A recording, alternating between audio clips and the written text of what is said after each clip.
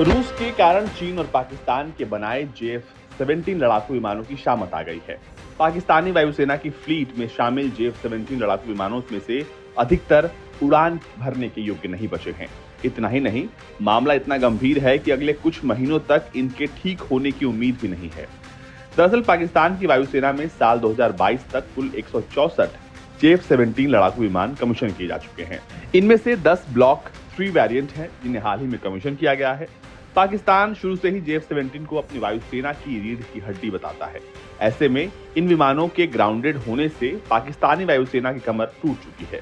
ये लड़ाकू विमान वर्तमान में पाकिस्तान समेत दुनिया की 3 देशों की वायुसेना में ऑपरेशन दे रहे हैं, जिसमें इसे बनाने में सबसे ज्यादा योगदान देने वाला चीन शामिल नहीं है।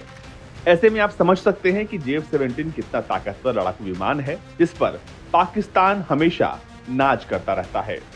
चीन और पाकिस्तान ने JF-17 को भारत के मिराज 2000 और सुखोई Su-30 MKI को टक्कर देने के लिए बनाया था, लेकिन ऐसा हो न सका। दरअसल चीन ने पाकिस्तान को ये विमान बस चिपका दिया और चिपकाने के लिए इसकी जमकर तारीफ की। दरअसल चीन ने पाकिस्तान को चीनी एवियोनिक्स के साथ बनाए JF-17 लड़ाकू विमान लेने के लिए मजबूर किया था और 1999 में हार के बाद पाकिस्तान ने JF-17 को और ज्यादा अपग्रेड करने की कोशिश की, जिसके बाद दोनों देशों ने साथ मिलकर एक सस्ते, हल्के और हर मौसम में उड़ान भरने लायक मल्टी रोल लड़ाकू विमान को विकसित किया, जिसमें चाइनीज एयरफ्रेम के साथ पश्चिमी देशों की एवियोनिक्स और रूसी क्लिमोव RD-93 इंजन लगी थी।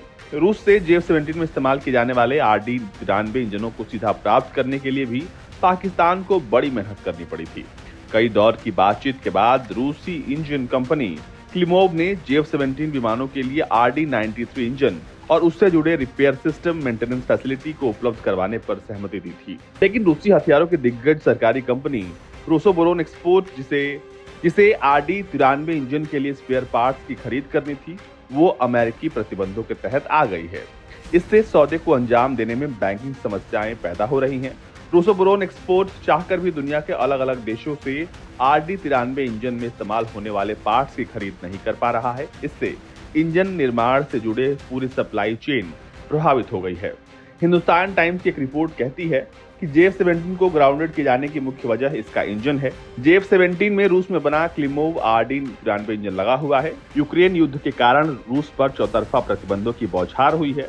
इस कारण क्लिमोव RD-93 इंजन बनाने में इस्तेमाल होने वाले स्पेयर पार्ट्स की कमी आ गई है।